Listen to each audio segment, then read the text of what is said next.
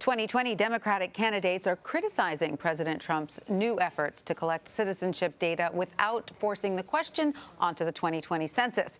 Here's what Julián Castro said when asked about this new attempt. This is like the bully that talks as loudly as he can to try and give an impression that he's tough. And it's nothing. He's weak. This is more evidence of how erratic and weak he is, because he knew from the beginning that he wasn't going to do that. But he tries to look tough for a base that he thinks is going to vote for him in lockstep. I believe that enough people recognize that that this president is not a leader. He's not fit for that office, and this is just one more daily example of that. Let's bring in Ed O'Keefe and Caitlin Huey-Burns. Ed is a CBS News political correspondent and comes to us from the League of United Latin American Citizens Conference in Milwaukee. Caitlin is a CBSN political reporter and is with me on set. Welcome to you both. Ed, I want to start with you. As we mentioned, you are at an event for Latino Americans. Is this battle over the census a strong issue for Latino and Hispanic voters? Oh, absolutely, Tanya. There's great sensitivity to this because they understand that in some cases it might be their friends, their family, their neighbors who could be directly impacted by a decision to try to account for citizenship on the census. And yet, at the same time, the Census Bureau is so concerned about accounting for every single person in this country, but especially the largest growing minority group, that they sent Census Bureau officials to this conference today to try to encourage these leaders to go home and tell people to fill out the forms. But when there's concern in especially Latino communities across the country that the potential for a citizenship question means that one's citizenship status gets passed off to some other federal agency, there's going to be a real chilling effect potentially on the census. Now, that Census Bureau official who addressed the lunch that, in full disclosure, I was actually emceeing this afternoon, when he was speaking, was about the time that CBS confirmed that it looks like the president isn't actually issuing an executive order to add the citizenship question to the census, but in fact just wants to somehow account for it some other way.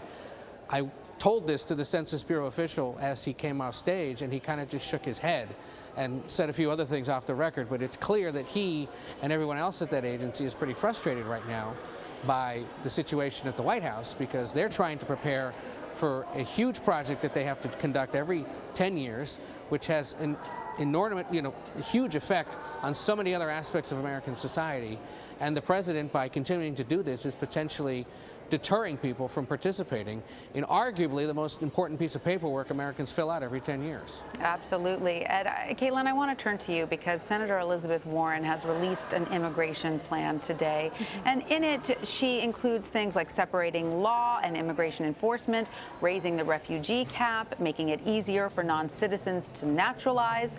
What do you make of the details of her plan and the timing of her announcement? Well, Elizabeth Warren's rallying cry really has been, I have a plan for that. But all of these plans have been focused on economic issues, on health care, housing, even suggesting the breakup of big tech companies. Now she's focused on immigration. And immigration is an issue that really hasn't been top of mind for candidates and voters. There are very few candidates out of all of them who have put forth comprehensive immigration reform plans. And that's pretty telling because they do talk a lot, criticize the president's policies a lot on the campaign trail, but when it comes to crafting their own, they haven't really not many of them have come forward with it. So this is similar to what we've seen from other candidates.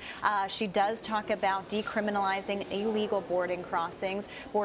She also talks about reforming ICE, not abolishing it, but reforming, reshaping, she says. And this is, we're starting to see more candidates focus on that. In that debate, Julián Castro really brought immigration issues to the forefront, and we'll see if candidates follow suit. Right. I'm wondering if this is now going to pressure the other candidates to come up with their own viable and sort of more specific immigration platforms. Ed, Julián Castro reacted to Warren's immigration plan earlier today. Let's listen to what he said. So many folks in this race have come to agree with me on where we need to be when it comes to a common sense and compassionate immigration approach. I released mine in early April. Since that time, you see that on the debate stage, the second night, 8 or 9 Out of 10 people said that they agree with me on repealing Section 1325 of the Immigration Nationality Act. Senator Warren has come out with her plan that shares a lot in common with mine. I'm glad to see it because this is a reasonable and common sense approach on immigration. So Castro there says his plan shares a lot in common with Warren. Is he trying to make himself, though, the voice of the immigration debate? I think it's the other way around, Tanya. He's saying that Warren's looks a lot like his because he was the first to put out such a comprehensive plan. As Caitlin said, only a handful have done so far. There was a real risk in him going with immigration first, given that he is the only Latino candidate in the race, and he understood that there was the potential to sort of be typecast as just the immigration and Latino candidate and focused on that issue for obvious reasons. But he has said, and his team says, that, look, this is an issue that's important to the Democratic Party, important to voters, obviously of great relevance in his home state, and that's why he wanted to continue to focus on it. And he capitalized on it in the debate. He made it a central issue of concern in the first night, such that it became a topic of conversation on the second night, and has helped him bounce ahead a little bit, both in polling and fundraising. So while he may ultimately be seen as just that, so far at least it's reaping benefits for him, and it's something he's going to continue to talk about. But he was asked about that. Are you concerned about being seen as just the immigration guy? He says, look, I have an economic plan, I have a housing plan, a criminal justice plan, as do many of these other candidates. And you've seen Warren and Castro especially complement each other's ideas, because some would argue, and looking at the evidence, it might in fact be true, that the two of them have really started to put out some of the more comprehensive ideas on a host of different issues, most of them fulfilling the dreams and wishes of more liberal Democrats. And former Vice President Joe Biden spoke in New York today about his foreign policy plan. Here's some of what he said about that. Political wisdom holds that Americans, the American public, doesn't vote on foreign policy. But I think that's an old way of thinking. In 2019, foreign policy is domestic policy, in my view, and domestic policy is foreign policy. So, you know, Caitlin, you were there at Biden's event. Does Joe Biden feel that his foreign policy plan or his foreign policy outlook will set him apart from the other candidates? Well, the timing is really notable here because Biden has been under fire from his own Democrats in his own party for the past several days and weeks since that debate when Kamala Harris really took him on the issue of busing, raising the issue of race and inequality.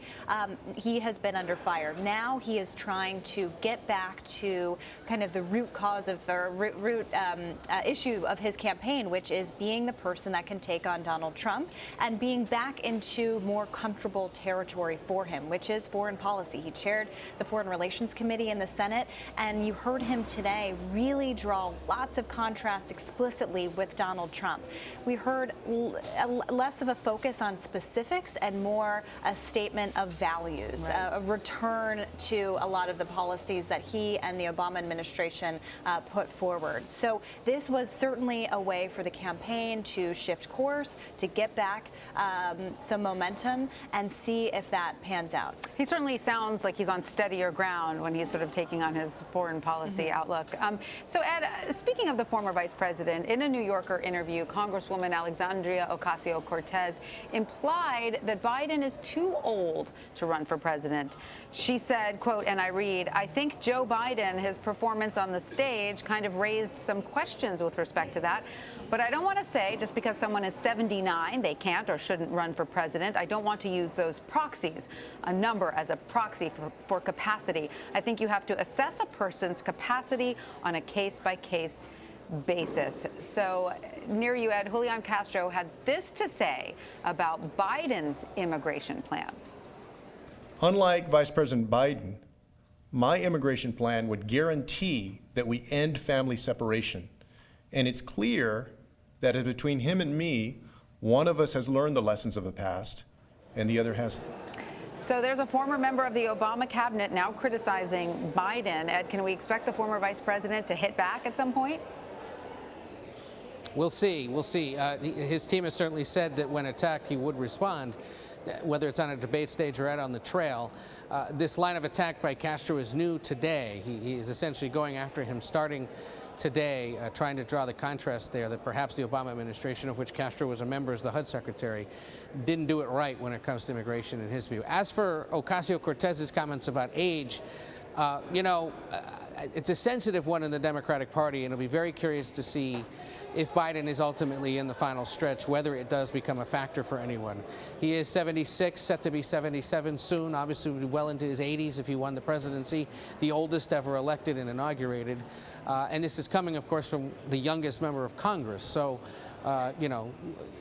age is not often the issue or the fight that Democrats have amongst themselves. It's usually about policy and other issues. And certainly on policy, Ocasio-Cortez says in that interview she's got some concerns with Biden's more centrist position, but concedes, were he to be the nominee, she probably would campaign for him, since, after all, the main mission is to defeat President Trump. Absolutely. All right. So, Caitlin, Biden is not the only veteran Democrat that Ocasio-Cortez has sort of set her sights on, aiming on. In an interview with the Washington Post, she was asked about her ongoing feud with Speaker Nancy Pelosi, and she said, and quote, and I read, "When Pelosi's comments first started, I kind of thought that she was keeping the progressive flank at more of an arm's distance in order to protect more moderate members, which I understood. But the persistent singling out, it got to a point where it was just outright disrespectful. The explicit singling out of newly elected women of color." That's quite a punch.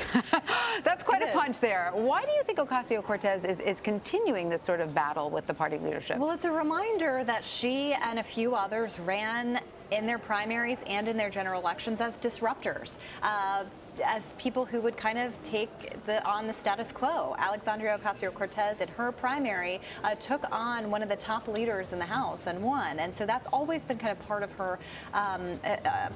her mode, the way that she's operated. I think what Nancy Pelosi is figuring out is that she has a very difficult balancing act, which is not to let a section of the Democratic Party, which is Alexandria Ocasio-Cortez and others, define it entirely. Right. The way that Democrats want. But also not by making them feel dismissed, because that's what gets them very upset. Is this exactly, and not to alienate a section of the base that's going to be critical to turn out the vote for not only the presidential race, but down ballot as well. It's a delicate balancing act for sure. All right, Ed O'Keefe and Caitlin Huey-Burns, thanks to both of you.